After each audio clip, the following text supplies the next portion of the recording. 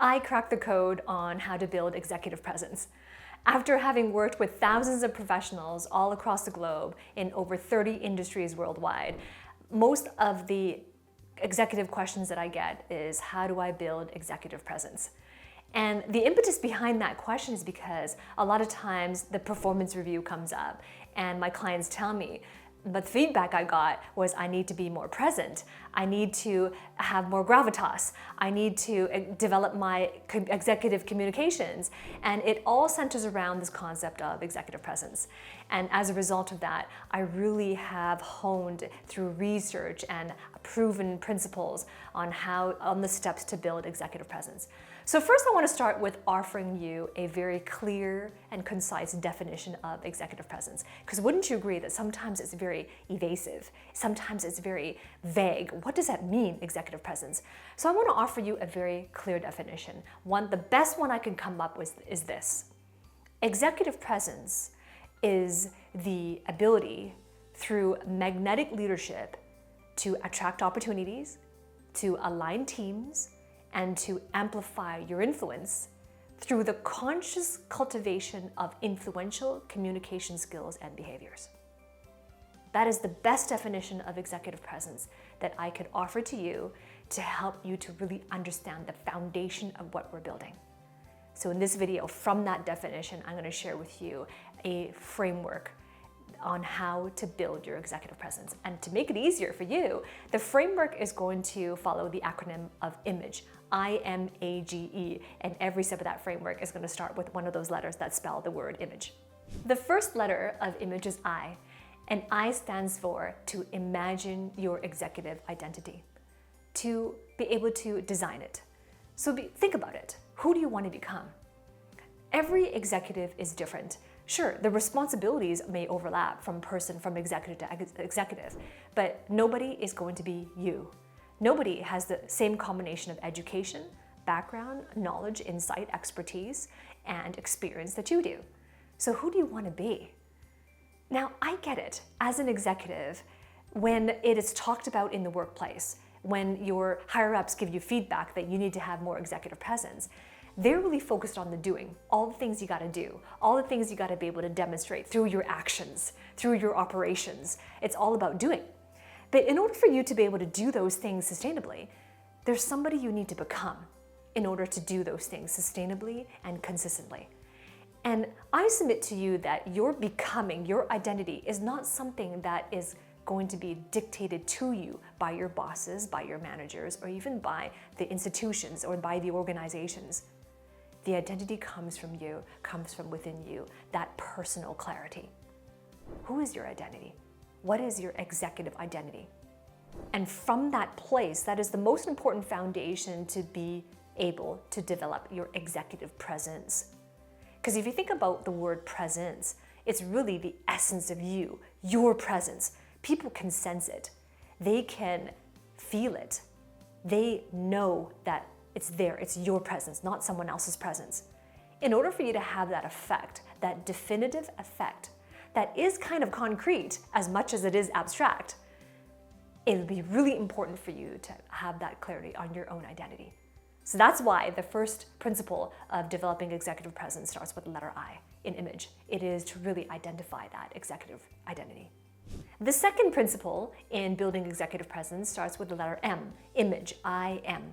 And M stands for to manage a professional polish, a polished appearance.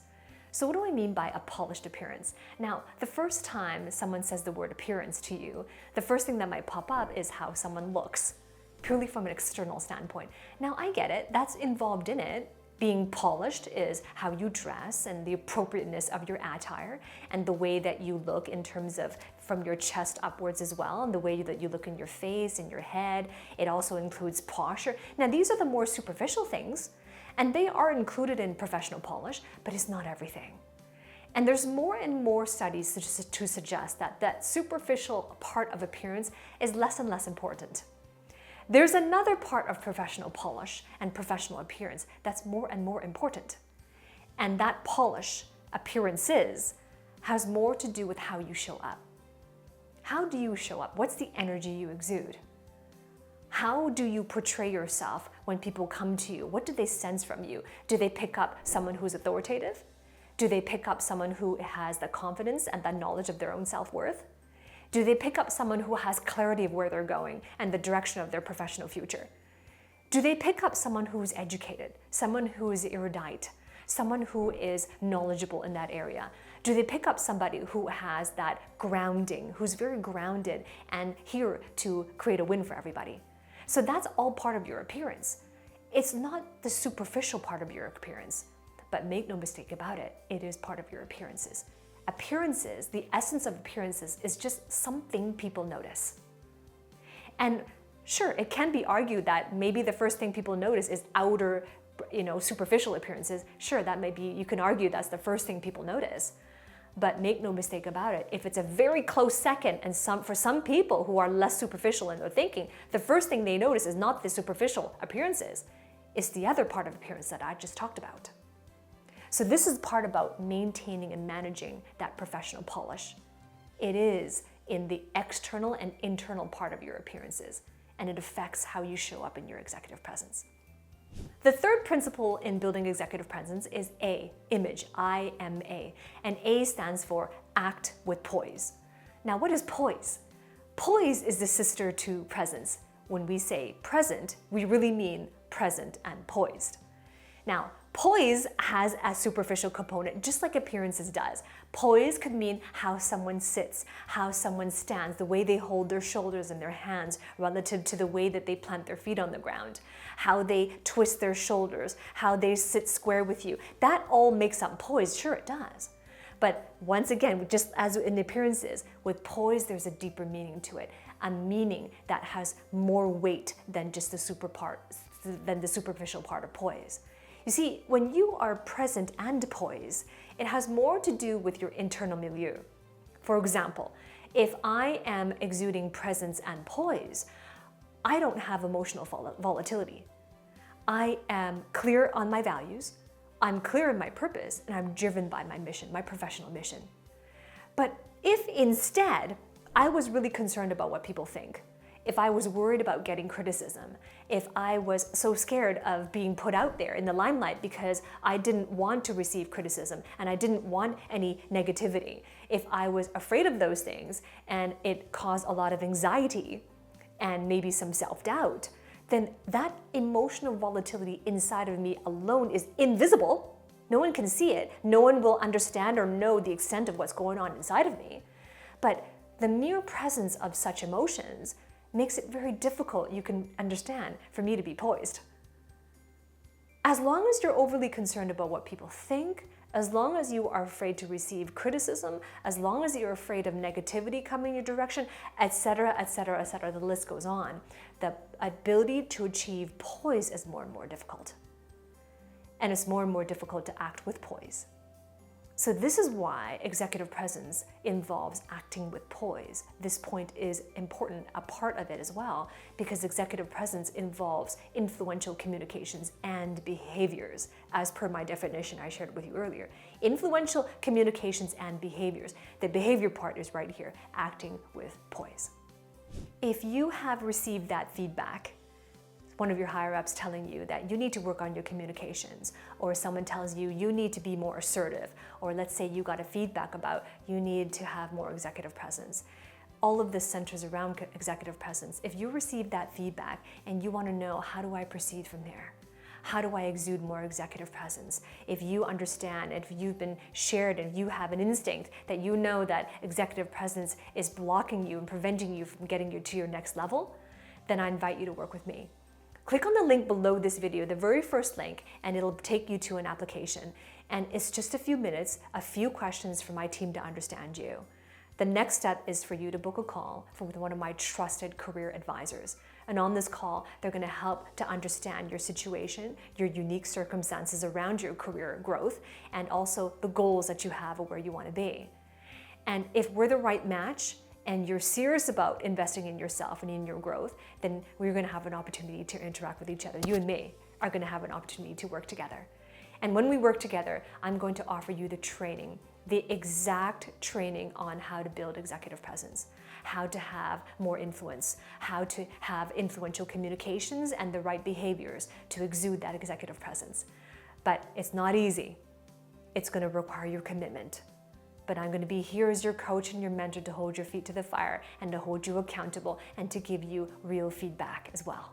So if you're serious about getting that kind of help, then click the link below and I look forward to working with you on the inside. The second last principle of building executive presence starts with the letter G in the word image, I-M-A-G. And G stands for gain trust through connection. Now, connection has a lot more to do with just making new contacts, going out networking, meeting new people, getting their contacts and reaching out to them. That's what most people think about when they say gaining trust through connection. Now, that's the superficial part of connection. What I really mean here about gaining trust through connection is really connecting to the soul of someone, to the heart of somebody else. A lot of executive presence has to do with leadership contexts. And in a leadership context, you're working with other people, multiple other people most of the time. And as a result of that, every individual that you're going to be working with in that leadership context has their own values, has their own priorities, they have their own perspectives, and they have their own background of experiences. So how do you work with individuals having that attunement of your differences and knowing how to work with them in ways where they truly do feel that there's a connection with you? And that is what it means to gain trust through connection. It's not about trying to change them. It's also not about changing yourself to try to pretend to be someone you're not. It's not about that. It's about when people come together in the leadership context, and every individual coming together in this leadership context brings their own self, their whole self in the relationship. But we can all be our whole selves and still feel a connection. And that builds trust organically. Not the kind of trust that is developed through fear, and definitely not the kind of trust that is developed through a positional authority. They have to. Not at all like that. But the kind of trust that is built through inspiration, voluntary means, and the kind of trust where they're happy to give it to you. That is gaining trust through confidence and connection. The last principle in building executive presence starts with the letter E, and E stands for exude authority in communication. When you think about executive presence, there's a lot of information out there about what executive presence is. I offered you at the beginning of this video my definition of executive presence. And if you look at the latter half of the definition, it has to do with influential communications and behaviors, and you cultivate those. So part of executive presence has to do with exuding confidence and gravitas. Confidence has more to do with the way that you perceive yourself, and gravitas has more to do with the way others perceive you. And when you have gravitas, you're able to have authority to get people to trust in you and your decisions and to be able to move them through your messages. And so this is what it means to be able to exude authoritative communication. When you are seen as an authority, not because you do it out of fear, not because you force them to see you that way, but because when you show up that way through your identity and all the pieces that I mentioned earlier, your communications are authoritative, which means that they now trust you in your recommendations. They now trust you when you share your insights. They now trust you when you share and how you've made your decisions. And that is authoritative communication. Now let's talk about how you can apply this in the boardroom. In the next video, coming right up next, I'm going to talk to you how to look and sound confident when you're in the boardroom and the foundation of executive presence are there.